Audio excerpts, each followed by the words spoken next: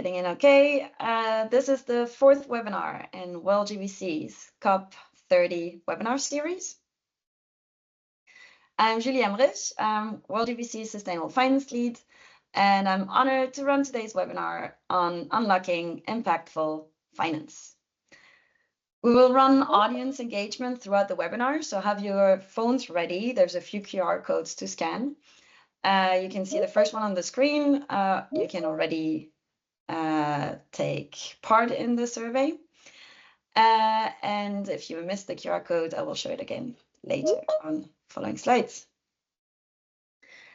At World Green Building Council, our role is to help property and construction markets around the globe to achieve, first, the total decarbonization of the built environment, second, healthy, equitable, resilient buildings, cities, and communities, and third, the regeneration of natural systems and a thriving circular economy.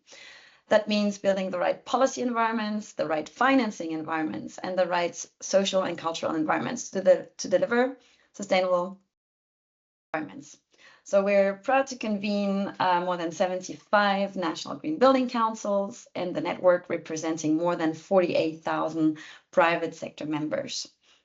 And this is why we've launched our Be Bold on Buildings campaign and webinar series to shine light on the work that's already happening on the ground and to invite you today to be part of it.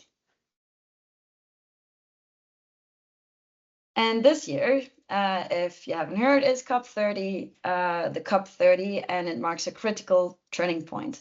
It's the moment where countries must step up with new NDCs, nationally determined contributions, which are each country's own action plan, that reflect the urgency and ambition demanded by the Paris Agreement. Now, the global stocktake is a global tracker of our collective action on climate action, and it made it clear that we must triple energy capacity, double energy efficiency, and move away from fossil fuels. You can see some of the high-level themes on the screen. World GBC and our network were the forefront of engaging with the built environment sector, who will be able to deliver the actions governments commit to in the NDCs and their adaptation plans. And we're in the middle of the era of implementation. And through this webinar series, we're making the business case and the people case for why sustainable buildings must be at the heart of the transition and climate action. So today we're focusing on sustainable finance, and it is rapidly evolving as a critical enabler for climate action, with green finance principles that we will touch on to later, taxonomies, green building rating tools, emerging as key tools that define and direct capital towards environmentally sustainable activities. And while the finance sector now recognizes increasingly climate risk as financial risk, there is still a lack of clear and practical guidance to define what constitutes a future-fit investment in buildings. Green building councils have played a leading role in this space for many years, and the rating tools and certification are widely adopted by industry and also increasingly referenced in policy frameworks. So we'll dive into that today.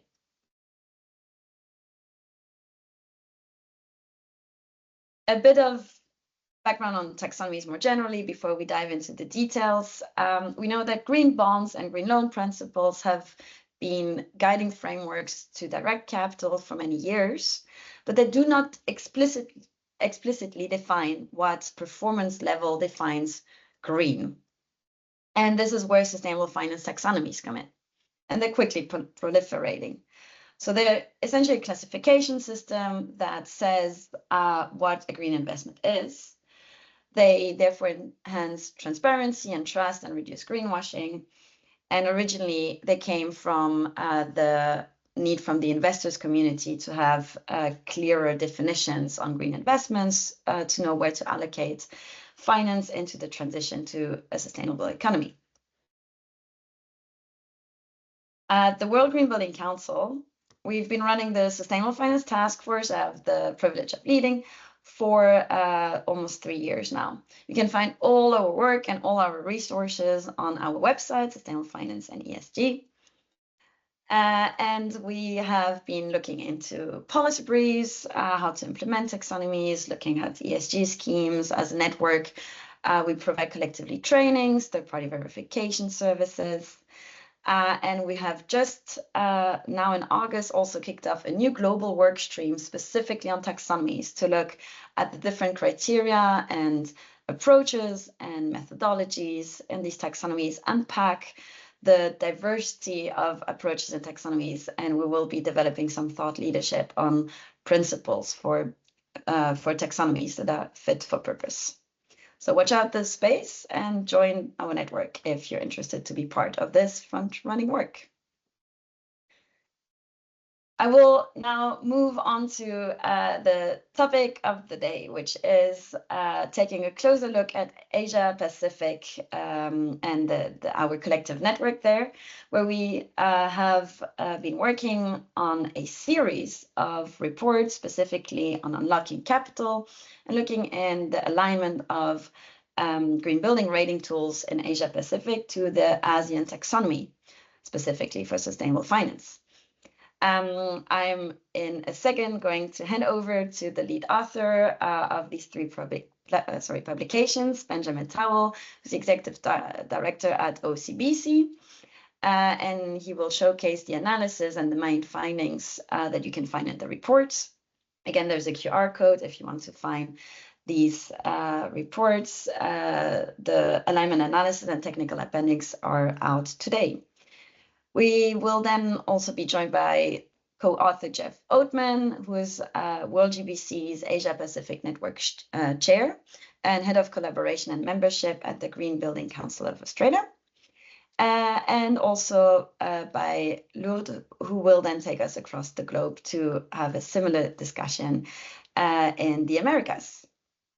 So before we go into the presentation, I would like to just get a bit of a feeling in the room on what your level of knowledge is before we start the presentation and the webinar on first green bonds and green loans principles, green building rating tools, and sustainable finance taxonomies, very generally.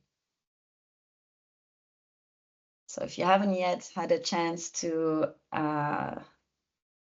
use the QR code, take it now, it's on the screen. And we can look at the results that should be coming in, but are not.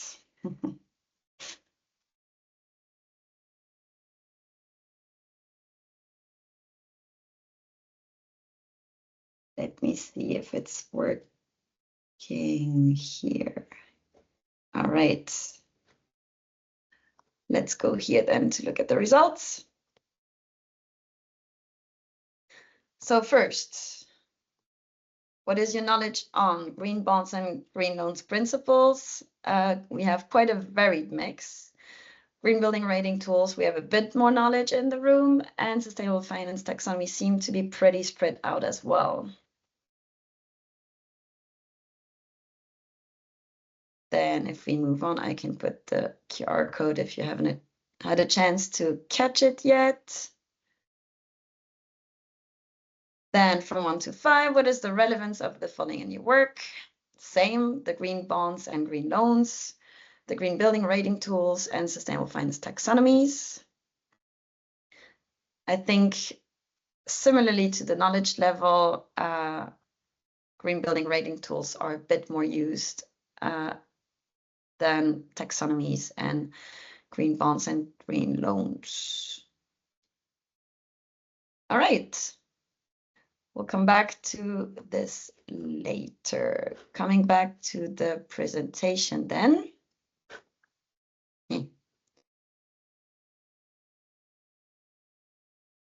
Let's move on to the presentation, and maybe some of that knowledge will have increased after the presentation. So Ben, if you can come on to join me, and I will hand over the floor and the slides to you. Thanks very much, Julie. Good to be here. Great to see the names of everyone that's attending. Yeah, let's try and improve some of that knowledge through the presentation. I haven't intended to go in detail on green loan and green bond principles or taxonomies, but give an overview of the work that we've done. But before I start, you may be thinking, well, why is OCBC working with the World Green Building Council? It seems like a strange alignment, so to speak, but it really isn't, because the interests are aligned. OCBC itself is the second largest financial services group in Southeast Asia. And we are #1 when it comes to being a mandated lead arranger in Asia Pacific, excluding Japan, for ESG loans, sustainable finance loans, and globally we're top 8 being a sustainability coordinator. And a lot of that takes place within the real estate sector.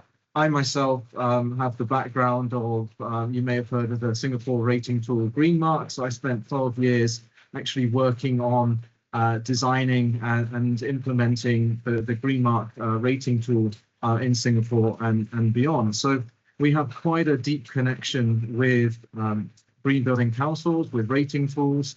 And so that's something that we really care about. And so joining with the World Green Building Council to deliver what is important knowledge on how rating tools do actually align with green finance principles was really important, because there does seem to be a knowledge gap from both sides, from both those who are implementing projects and those financing projects. And it is something that we need to bridge, and it's really, really important. And this convergence of standards and this convergence of language between green building councils and rating tools with finance taxonomies is critical in order for us to holistically unlock capital to drive the transition across our sector. So with that, I'll go into the next slide. The cue for Julie. There we go. So, you know, we looked at the ASEAN taxonomy for this project. In reality, we could have picked any taxonomy, be it the EU taxonomy or the Singapore Asia taxonomy, or more than 50 taxonomies that exist, because they all have a fairly similar language when it comes to addressing things. They have a technical screening criteria for those which are beyond principles based and actually go into defining what is green. And they usually have an area which is the do no significant harm part, which is you can focus on one thing and do that really well, but it shouldn't be at the expense of others. So in the ASEAN taxonomy, you know, there are 4 key environmental objectives. These are climate change mitigation, climate change adaptation, resource resilience and transition to a circular economy, and there's also nature and biodiversity aspects as well. So, you know, these are, whilst the EU taxonomy has 6 pillars, these kind of broadly cover the same issues. One of the notable differences with the ASEAN taxonomy, and something which I think they got right, is that it does focus more on an energy use intensity metric when it deals with energy performance under the climate change mitigation. Now, this does differ greatly from the EU taxonomy, which has a woolly definition of primary energy demand, which does differ depending on which state you're in, and can be a little bit difficult to determine. So here, the ASEAN taxonomy essentially takes a whole building approach. Now, if you think about what that aligns with, for those familiar with building benchmarking and looking at various pathways, CRREM also uses a EUI approach with their kilowatt hour pathways. And this is also aligned with the revised SBTI pathways, buildings pathway, which adopts the CRREM curves in some form or other. So having this is an important flag, and it shows that the alignment of the ASEAN taxonomy with other approaches that are already in existence, which the real estate industry is utilizing. Julie, could I ask you to move on to the next slide?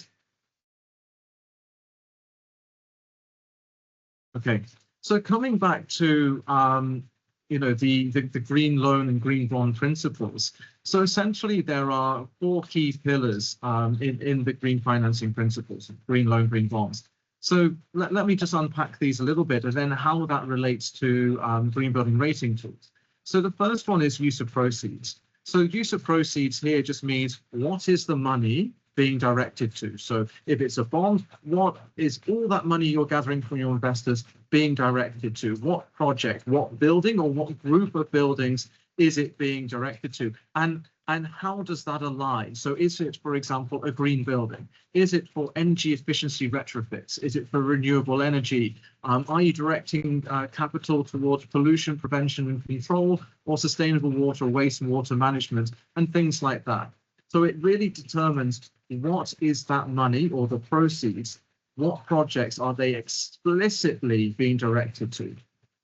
So with rating tools, obviously, there's a very strong alignment here, because the purpose of a green building rating tool is essentially, I want to develop a green building. So that whether it be a new construction, an asset in operation, or a renovation refurbishment, a green building rating tool defines that this is going to be a green asset, therefore the use of proceeds is aligned. So that box is ticked.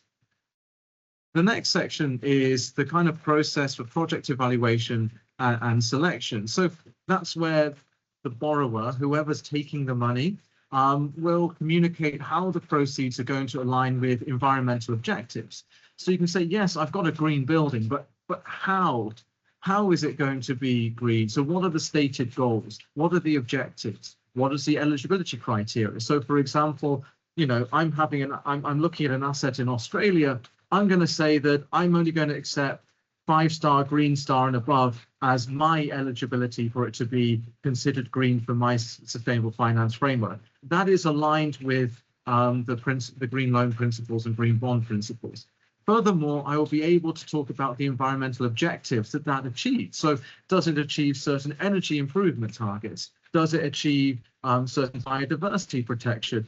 How is it constructed with the materials that it uses? So they're very clear use of, you know, how do you select that project, and what environmental objectives do you have in mind beyond the certification? The management of proceeds is kind of how you track it to make sure that, you know, that money is going to that project and you're not buying a new car, for example. You are retrofitting that chiller. You are looking at upgrading the HVAC system. It's not going to something else. So it makes sure that you are very careful in tracking that. Now, obviously, green building rating tools don't necessarily do this in any form of detail, but it does facilitate, because you can then provide a certificate to say that, look, this is the green building, this is what the money has gone towards. And then the reporting. So the impact reporting is very clear that, okay, this is where I've allocated the proceeds, and this is the impact that it has now delivered. So those are the qualitative and quantitative measures of the impact. So here, you know, rating tools will specify in certain criteria what you need to do to achieve certain levels. And that's where you can pull that data out to say, look, I achieve this energy use intensity. I achieve this water reduction strategy compared to baseline. And also the great thing here is that, you know, it provides the assurance, the third-party assurance that these performance targets have been met through the whole certification process. So with that, we have that green building rating tools are very much aligned with the overall principles of green finance. But as Julie has mentioned, the principles outline the approach. They don't define what is considered green or what is considered transition. So that's where taxonomies come in. And the ASEAN taxonomy has that green level and that transition level to it. Now, the ASEAN taxonomy, unlike some other taxonomies, does recognize rating tools within it. Now, this is somewhat crude in its methodology and something that we have taken a view that when we did the alignment analysis, we ignored this table completely. We wanted to go back to first principles. But if we look at this table, you can see that the ASEAN taxonomy will say that, look, if you are certified as, say, a green mark rating, and they don't specify what rating, but if you're certified in green mark and say it's an advanced level of certification, which means it's higher than the average certification in your market, then it can be determined advanced, and therefore it may meet the climate change mitigation environmental objective under the technical screening criteria. But there are some odd choices. For example, if you look in the list, you see WELL. Now, WELL, it's a great rating tool when it deals with health and well-being of an asset, but it doesn't really deal with climate change mitigation or adaptation in that same vein. So there are some strange selection choices in the ASEAN taxonomy. So our view in the mapping was, we took this out and we went criteria by criteria. How do each of the rating tools that you see on the screen now, there are 32 of them across 16 certification schemes, actually map to the principles behind the ASEAN taxonomy? How do they meet the technical screening criteria and the do no significant harm criteria? And we've done this in a very transparent manner. So the technical appendix, if you download that, actually details which criteria meets the technical screening criteria listed, and how does it meet it? Is it a mandatory criteria, i.e. a prerequisite? Is it something that's scored? Or is it something that actually the rating tool doesn't address it verbatim as the taxonomy would expect, but it meets it in principle? And then, of course, there are gaps. So you can see we've covered rating tools from Australia all the way through to the Philippines, Malaysia, Indonesia, India, Hong Kong, China, Vietnam, and we've gone as far as our friends in the UK with BREEAM, their international lead, and IFC Edge have come on, not just with their existing tool, but with their proposed enhancements for 2027 for their version 4. So we've got a very comprehensive kind of view of how rating tools align with the ASEAN taxonomy, and you can infer from there how it aligns with other taxonomies as well. Can I get next slide, please? So the way we've looked at it as well is to try and draw out in a graphical manner using a heat map. So the heat map here will talk about purely the alignment of the rating tool to the ASEAN taxonomy holistically. So for rating tools that typically deal with new construction, you can see geographically there's a moderate to strong alignment across all rating tools in the region and internationally. Now, I want to say at this point, we've only looked at the rating tool.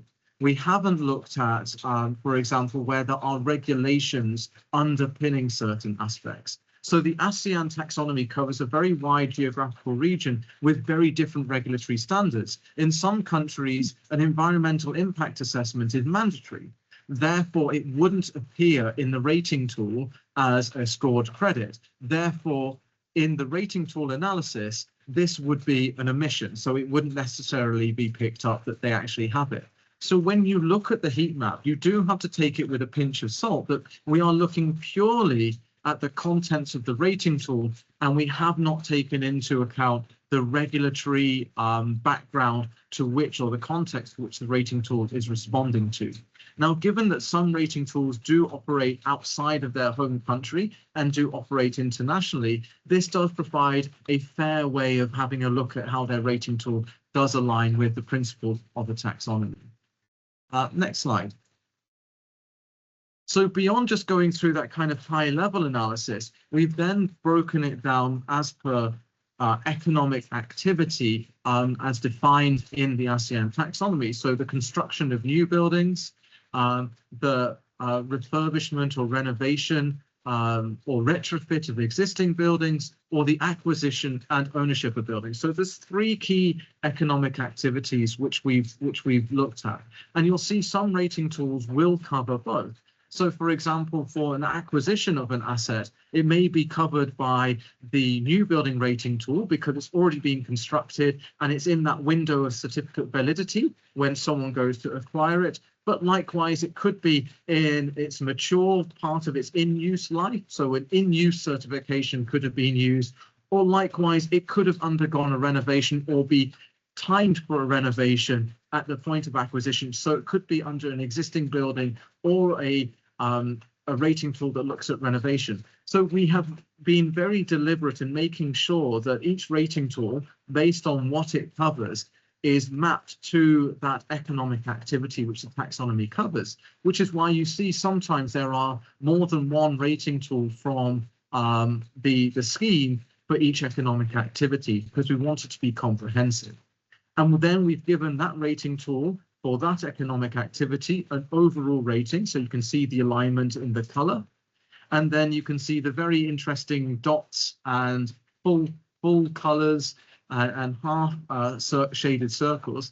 This actually then tells you under which technical screening criteria and which do no significant harm criteria the rating tool either meets, like it's a prerequisite, or is a scored criteria or partially aligns, and then which issues that the rating tool doesn't at this point in time cover. From there, with the next slide, we have then broken it down to the kind of overall findings. So this gives us, by no means does it say that every rating tool is lacking in climate change adaptation and every rating tool is strong in climate change mitigation, but it gives that view of those 32 tools. What are the kind of trends that we're seeing in the rating tool space, and what are the areas that GBCs and rating tool operators may want to look at in terms of their next revision, which is already happening, by the way. So during this process, we have had rating tools actually revise their scheme from the insights report in their draft format to this report being released. So their scores have actually increased because they've addressed some of the gaps that they have found. And that's the power of this kind of transparency. And they're learning from each other because this has laid bare all of the criteria from all of the rating tools. And in the spirit of going, well, let's see how, for example, GBI in Malaysia does things. Let's see how IGBC in India does things, because everyone has responded to their own local and their own context and has solved problems typically in isolation before. And now we're coming together so we can actually start to tap on this fantastic knowledge pool of how can we address some of these key issues. So with that, you can kind of see that, as expected, climate change mitigation is doing well, but there are these gaps. So climate risk assessment is one of them, and that's kind of a legacy issue. Many of these rating tools, have been around and established for some time. So climate risk assessment is something which it's not new per se, but it's not something that traditional rating tools have widely covered. So it is a gap in some of those tools, and in the revisions, you're starting to see this come in. So the latest revision of LEED, for example, does have this. The latest revision for Green Mark 2021 has this in there. And Green Star, for example, as well. The draft for Lotus, Freeze in Thailand also has a good view on climate risk assessment. The latest version of EDGE in 2027 has pulled in their IFC tool, which is free to use, and that will form part of their rating tool as well. So you can see that whilst this is a gap, it is something that's proactively being worked on. And that's the same with adaptation metrics. Rating tools have traditionally focused on things like energy. Even the ASEAN taxonomy I mentioned earlier has an EUI component, but that has meant that whilst carbon accounting and energy is that direct relation to carbon, it may not necessarily be part of the rating tool. But now you're seeing more rating tools using the language of carbon as well as energy and materials and things like that. One key item I do want to highlight is the difference in the ongoing performance verification component of rating tools and that viewer transition planning as well. So rating tools are very good at that certification component, at saying this is how I assess the building at this point in time. But one of the gaps is having a very clear certificate validity period. So if you've got an asset under construction, at that point of completion, how long is that certificate valid for? How long can that rating really be relied on to say this is still a green asset before there's material changes or the industry standards have moved on? So that was a gap. And another key gap was actually having a transition plan inside the rating tool. So once the building is completed, what is actually the plan for the next 5, 10, 15 years of how it's actually going to align, or the opportunities for that performance improvement even beyond that construction period. So this was something that was quite key, that is something that financiers and investors are really keen on. What is that performance plan over time, and how can we guarantee this asset is going to be green for its life? We go to the next slide. So, one of the key things really is actually there's already a great alignment between rating tools and taxonomies and the green loan, green bond principles.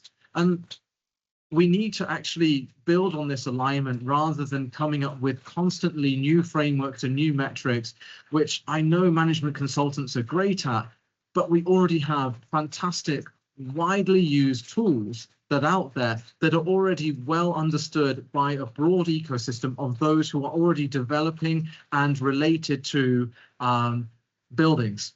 So it's something that the finance world can actually subsume into our ecosystem, and then we can help rating tools start to articulate their value proposition and the environmental issues in a more investor-friendly manner. So there is great alignment already. And if we go to the next slide, really what we're trying to do is kind of have this call for collaboration. So, of course, policymakers who are there, who are cutting across, who are setting the direction for regulations, which is really important. The banks and financial institutions all coming together, you know, which we are doing through various sustainable finance initiatives, associations, etc.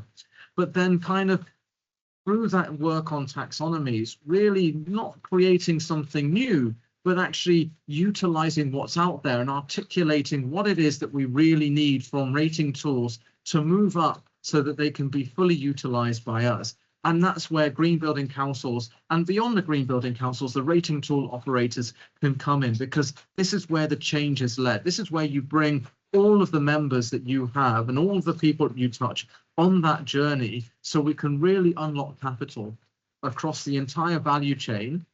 And that's really critical to drive the performance to be bold on buildings, really. So, Julie, I'll hand that back to you. Thank you.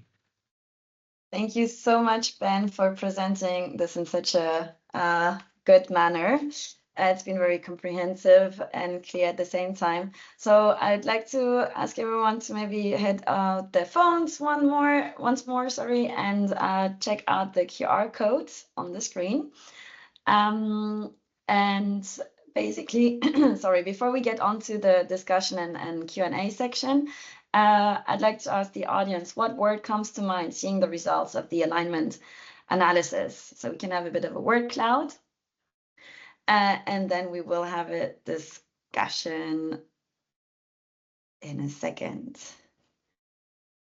So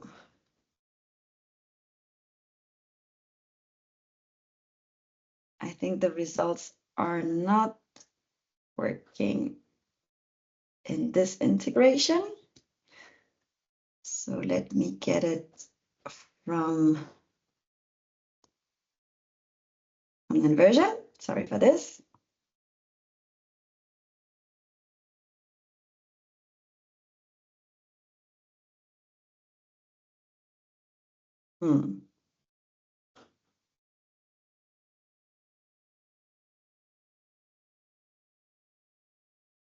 Okay, I'll come back to it in a second, because this is not loading now.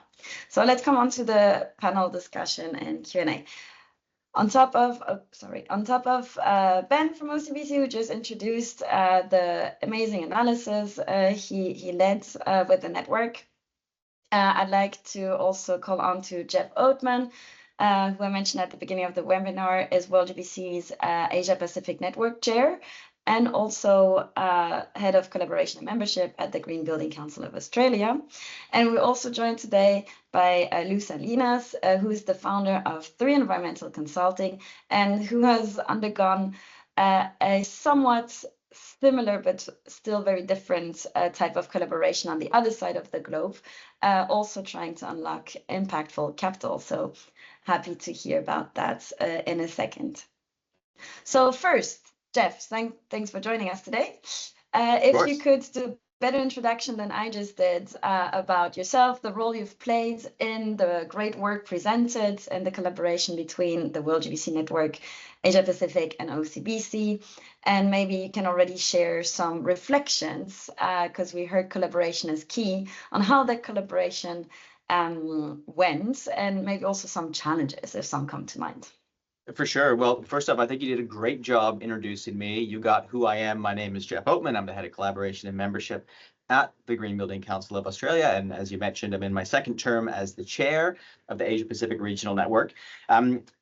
Immediate reflections that I have of this project, like I'm very proud of the work that has gone into it. I was surprised and so impressed by how the Green Building Council Regional Network got together. I mean, as a bit of background, Australia's had a little bit of experience with this, and I should really call out before I forget Jorge Chapa, who's our Chief Impact Officer, and Jamie Wallace, who is our Senior Manager of Market Engagement.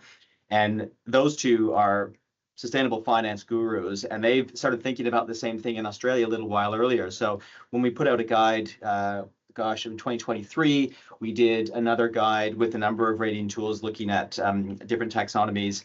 Last year, we had a number of members of the Asia Pacific Regional Network that said we should do something similar. What would it take for us to do that? And we got together and said, okay, here's what it's going to take, and there's going to be a lot of work, and we're going to need a lot of support and effort. And we weren't sure what the buy-in was going to be, but really, to our surprise, in a really positive way, we had so much enthusiasm and so much engagement. And this stuff doesn't happen by accident. We had a lot of long phone calls and late night discussion about this. But I think the part that worked really well for this, and the reflection that I wasn't necessarily expecting, was that there was such an appetite for this and a recognition that there's so much value in this kind of work. And that both our experience in Australia was that when we put out our original version of the guide that we did for the Australian context, we didn't realize the impact that investors would see. You know, we think of investors that have lots of money and they want to invest in green buildings, but as Ben alluded to at the end, a lot of them don't have the time or the interest in really understanding the translation matrix. And this was something that they said, this is amazing. This really helps us understand where we can invest our money and why we should do it. And I think the Asia Pacific Regional Network were also switched on and understood that. So they were all in, very excited and very interested. And I think as a result, and I guess everyone hasn't had a chance to see it yet, Ben's given a whistle-stop tour around what the guide covers. But we have this really amazing sort of set of 3 guidance documents that speak to that. And I should also take my hat off to the World GBC. You know, there's a lot of technical details. There were a lot of very vanilla spreadsheets, and how you guys work to put it together to make it really pop and really be engaging is also a really fantastic piece of work. So for all of you that have a chance to look at it, I think you're going to be impressed. Thank you, Jeff. Yeah, then let's go on to or move on to the other side of the globe, to the other part of the network in the Americas, and specifically Mexico. So Lou, if you can come in and again introduce yourself better than I could do it, and maybe unpack a bit the role you played in the collaborative effort for the Sustainable Finance Guide for Mexico that also just came out. Of course. So I'm Luz Salinas. I'm the founder and director of 3 Environmental Consulting, one of the largest consulting firms in Latin America. I'm also part of the lead steering committee for a couple of years now, and also collaborate constantly as a volunteer with different organizations such as the Green Business Certification Inc. and others.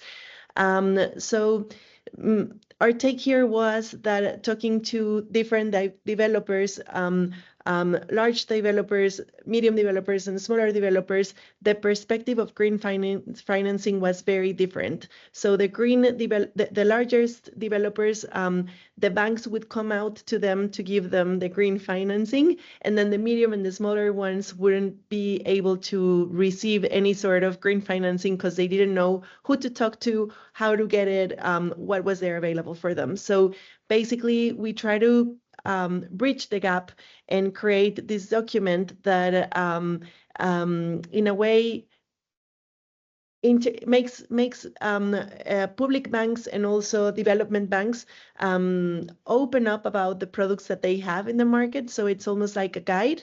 So it tells you exactly which type of products are available for which type of developers or mortgage buyers, for example, of green products, and explains as well how we define sustainability within our buildings. So it was a very good example, at least for now, for Mexico. But this is getting so much excitement and interest within the local market that they're interested in expanding these type of documents on other countries in Latin America, but also even US, Canada, etc. So that's a little bit about it. I really hope that if you guys come to Mexico or are looking for green financing or come from countries where there's not a lot of knowledge, you can take this as an example of how to make the financing sector communicate better with the construction industry. Thank you so much. And how, Jeff, you mentioned earlier how Australia put that out 2 years ago, and we can see a ripple effect in the network of, the kind of sustainability experts trying to close that gap in kind of language and, approach of how to do things in getting closer to the finance sector. So I think that's amazing to see this kind of snowball effect. I will for a second bring up the results from the Q&A earlier. We have shy 9 responses from the larger audience, but without going into the details, I think there is basically just really good feedback on this type of work. And we agree also that the regulatory framework plays a key role. So yeah, thanks for those that took part in the survey. All right, now I'd like to tell everyone that we have a Q&A function in the webinar, so don't be shy. We're happy to respond to any questions either on the analysis or on any other questions you may have on green finance, green building rating tools and certification, and the green bonds and green loans principles and how that can all come together to unlock more finance. As we wait maybe for some questions from the audience, I will take the privilege of being the moderator to ask my own. So let's start with coming back to Ben. So OCBC is one of the most major lenders in the region. What kind of risks and opportunities have you seen in the space and how alignment addresses these? So how does the mapping specifically of the rating tools to the taxonomy help financial institutions like yourself to make better lending or investment decisions? I mean, essentially, we're actually sharing a bit of the knowledge that we have in-house, because we have matrix like this, an understanding of how the tools are actually a very strong and robust method for us to go, well, look, consider certification, because it gives that third-party assurance and it takes you through the kind of key ingredients that make a building green, which are contextually relevant. So we doesn't always need to be one of the international rating tools, but it can be a local one. We will try and support that, and we do that anyway. But I think what it really does is when we start to work on green finance frameworks so that our clients can tap onto an international pool of money. So when you're dealing with European banks, when you're dealing with banks from America, when you're dealing with Australian banks, they won't have that kind of understanding of the local geography or of the regional rating tools themselves. So by having a guide like this, it means when you go to a second party opinion provider who's kind of assessing whether this sustainable finance framework for a particular client is indeed robust, then we've got something to say, hey, look, this is what they're doing. And this is why these regional tools that they've put in, which are suitable for their portfolio, are material to their performance, and we should be encouraging their adoption. And that then helps us drive the capital to these projects from a wider pool, not just ours, but that wider pool, all from investors who are tapping the bond market, so that they feel safe that I am indeed looking at something that's credible. I am financing a credible green portfolio of assets, which is indeed actually having an impact on the transition of the built environment. So there is a materiality to it. So the guide, by kind of unpacking all of this across those 32 rating tools and 16 systems, really helps with that kind of communication, that transparency. Thanks, Ben. And then coming back to the Mexican experience, because you also engaged a lot of different banks in the region, does that resonate with you? Have you had a similar experience around Mexico, Lou? Oh yeah, it has been very difficult because we've had to train the financing sector to understand what are the difference within the local tools that are available in the market, and also educate them about how to follow through with indicators or how to measure the side of green. So it's not only been a way of communicating to sectors, but also a way to promote education and coming from both sides, different types of educations, but focused on the same outcome.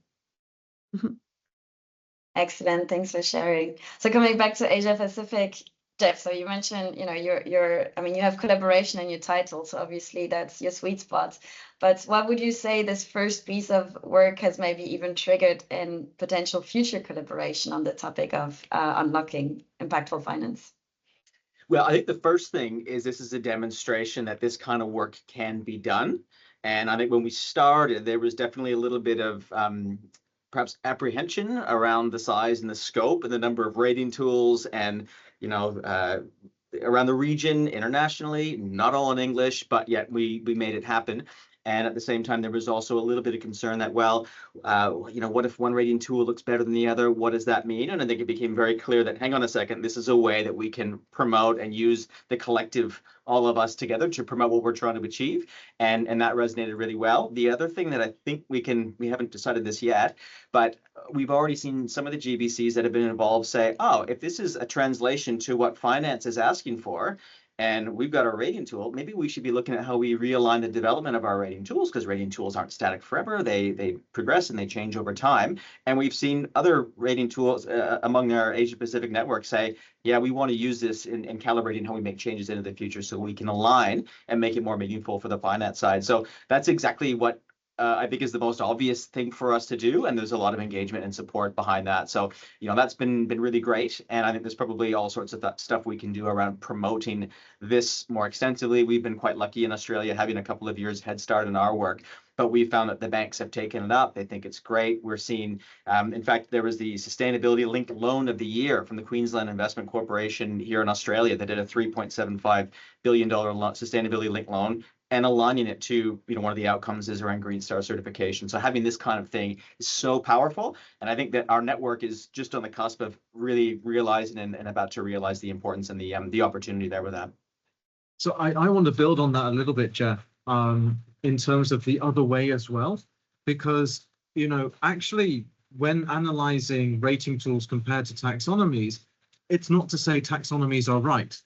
And I don't think we should be blinded, but to say that taxonomies are the ultimate script that says this is what is green. In fact, rating tools sometimes do it and often may do it better.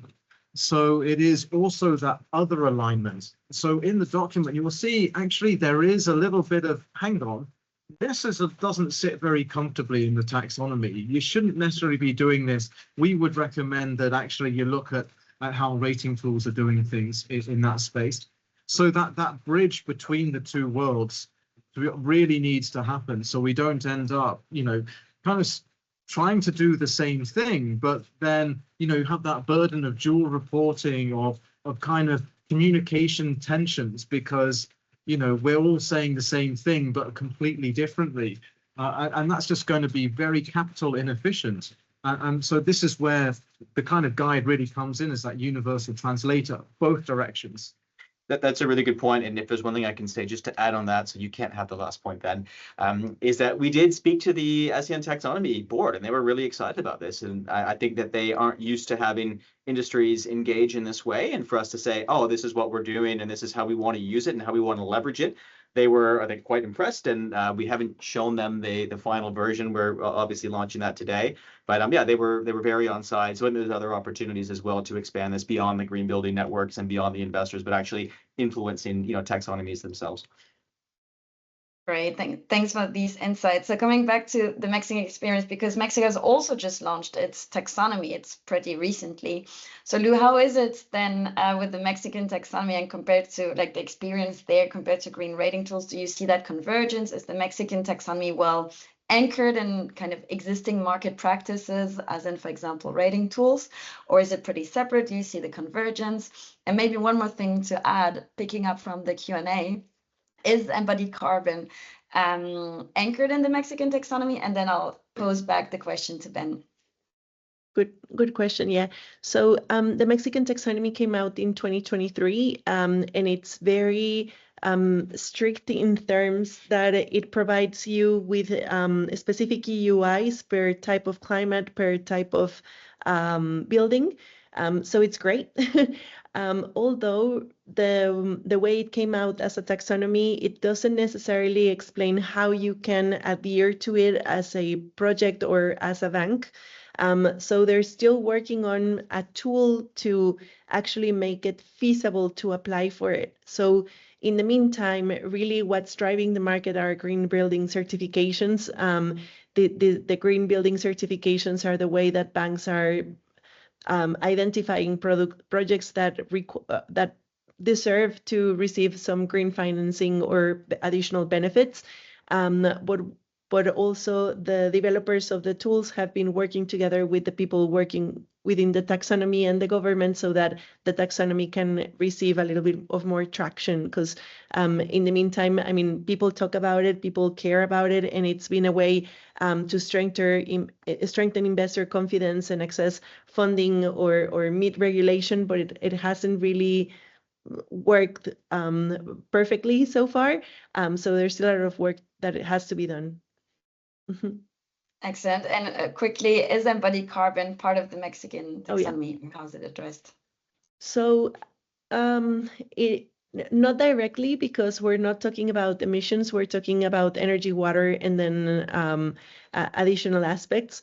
But it does mention or makes references of tools that do consider embodied carbon. So indirectly, and yeah, we're trying to at least go to the first step of transparency with life cycle assessments, and we're still a bit behind towards the rest of the world, maybe, or developed world, but it'll get there at some point.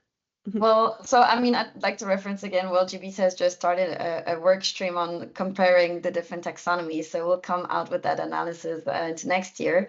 But in the EU taxonomy, embodied carbon is only also partly covered, only for large buildings with the reporting of life cycle emissions. But there is no performance or thresholds, so no performance criteria. It's just about the disclosure.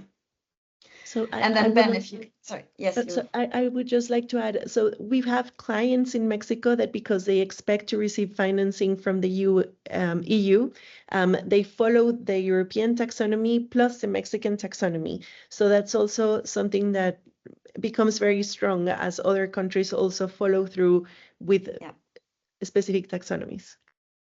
That's why we're talking about convergence as well between the rating tools, between the taxonomies, between the green bonds or green loans principles, but we're also, of course, looking at the convergence between rating tools, as was alluded to before, but also between the taxonomies.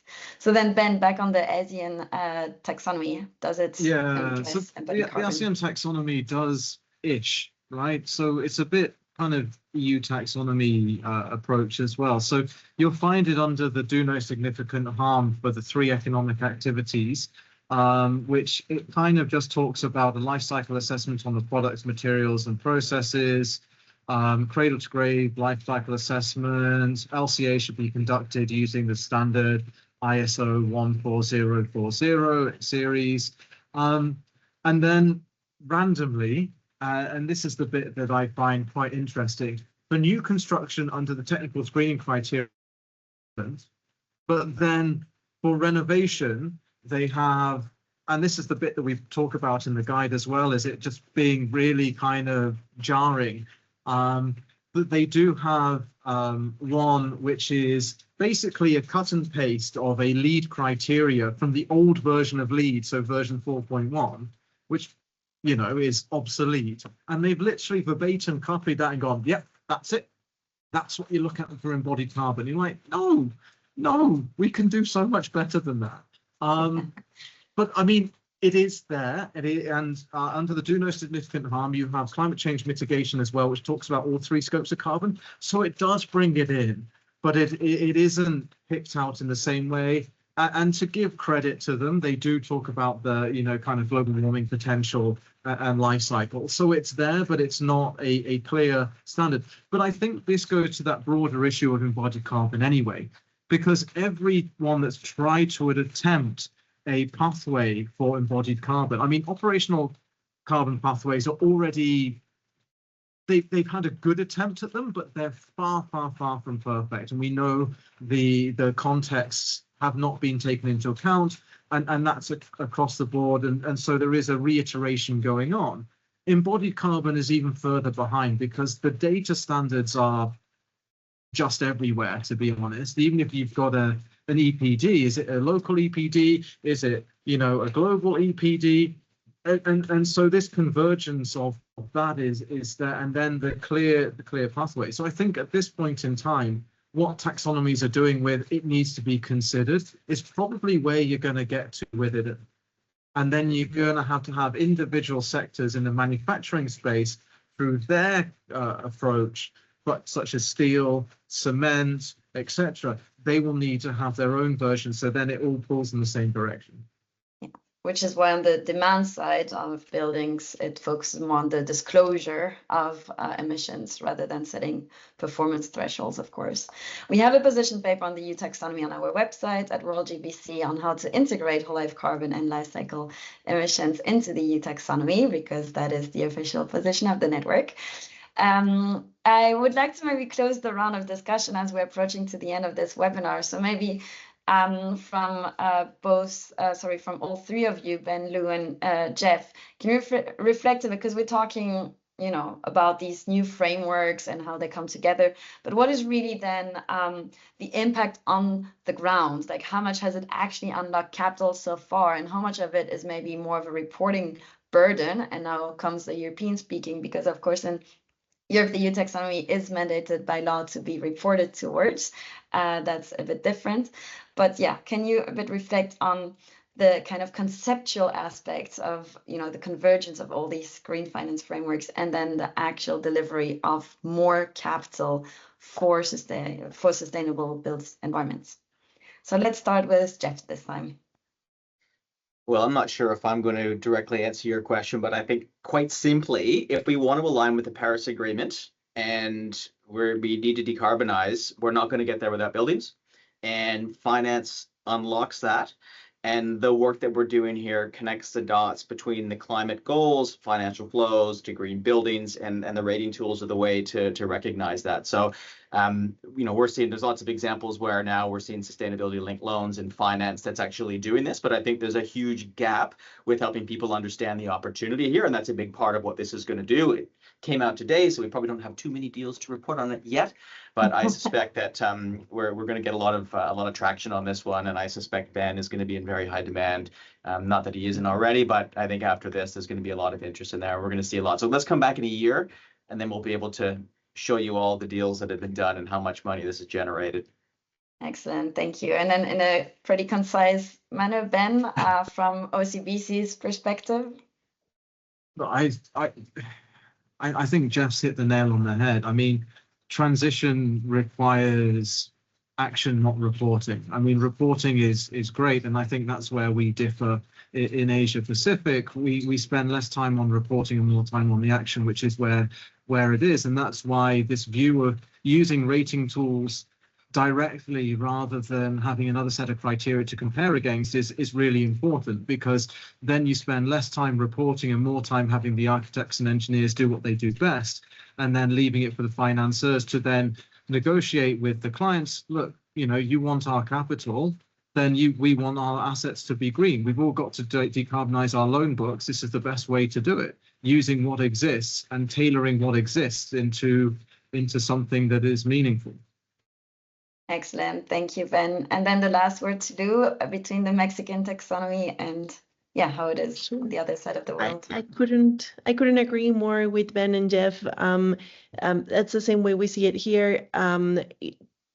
To be honest, the paper came out in June, and so far we've seen how the conversation within the developers has migrated into doing Lead or any other tool just because we want to do good to this actually makes sense and let's do more of it. So the conversation is definitely changing. Financing definitely moves the market.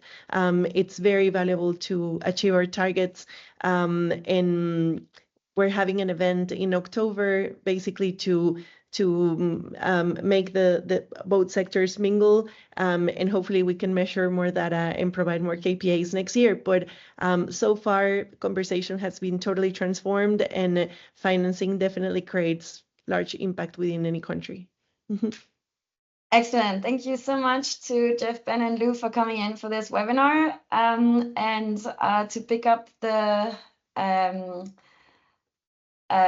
spirit of the beginning of the webinar, we're in the era of implementation, right? So here we've been talking how sustainable finance can unlock this. So World GBC is in the middle of our Be Bold on Buildings campaign towards COP30. If you're a business or GBC, please take part in the business action statement. You can find here on the screen a QR code. It's the last one of the session, I promise, where you can join us. You can see some of the logos on the screen who have already rallied up with our campaign towards COP30 at the end of the year. And then, as I've mentioned at the beginning, if you missed it, World GBC has just in August started a new work stream to look at the different taxonomies out there, either already published or under development. And we will be looking at comparing the approaches and the taxonomies, how they address the building sector, construction, real estate, and developing some global recommendations towards convergence and still ensuring that criteria contextualized, because buildings are very different between different geographies, but still making sure that some global principles bring this all together. So if you're interested, reach out. We have our Sustainable Finance Task Force where we address all these topics, and this work stream on taxonomies will, as Jeff said earlier, will be coming out with more on the topic of taxonomies and green finance next year. So thank you for having joined today's webinar. Thanks to our speakers, Ben, Jeff from Asia Pacific, and Lou from the Americas. Thanks for joining this webinar. It's World Green Building Week. If you haven't had enough, there's a lot of events this week from all the network all around the world.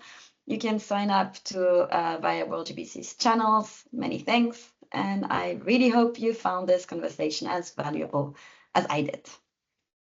Thank you.